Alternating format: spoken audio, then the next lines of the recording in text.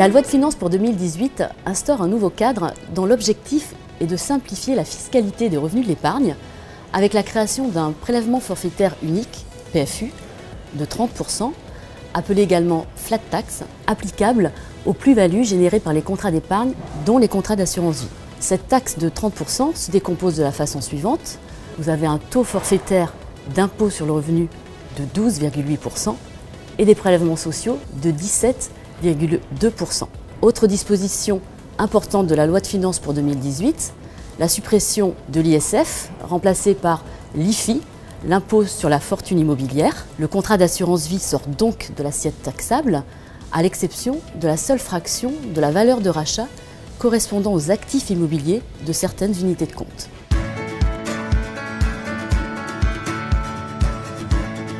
Alors, tout d'abord, il ne s'agit pas d'un tsunami fiscal pour la majorité des rachats et des retraits opérés. Tout ce qui a été versé avant le 27 septembre 2017 n'est pas concerné par la réforme fiscale.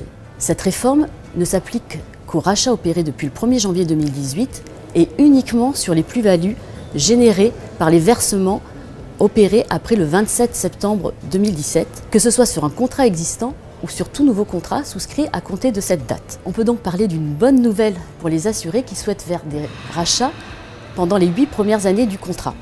Pour les versements effectués à compter du 27 septembre 2017, la fiscalité des plus-values passe donc à 12,8% contre 35% avec l'ancienne fiscalité pour les contrats entre 0 et 4 ans et 15% pour les contrats entre 4 et 8 ans. C'est donc une opportunité pour tous les clients qui souhaitent utiliser leur contrat d'assurance vie comme une épargne à court et moyen terme. Autre donnée importante qui ne change pas, l'abattement sur les plus-values retirées après 8 ans, qui est toujours de 4 600 € pour les personnes seules et de 9 200 € quand vous êtes soumis à imposition commune.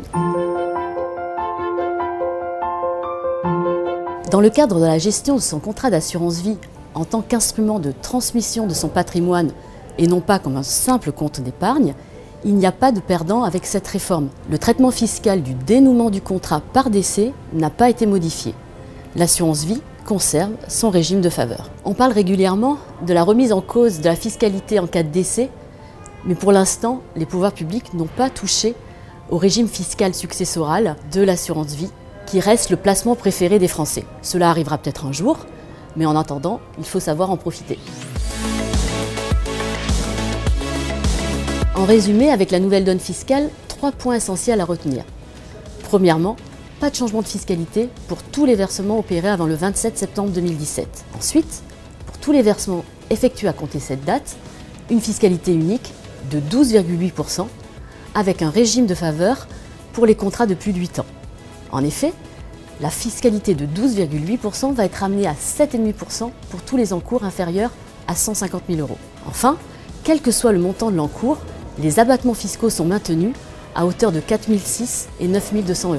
En conclusion, vous l'aurez compris, l'assurance vie conserve ses atouts.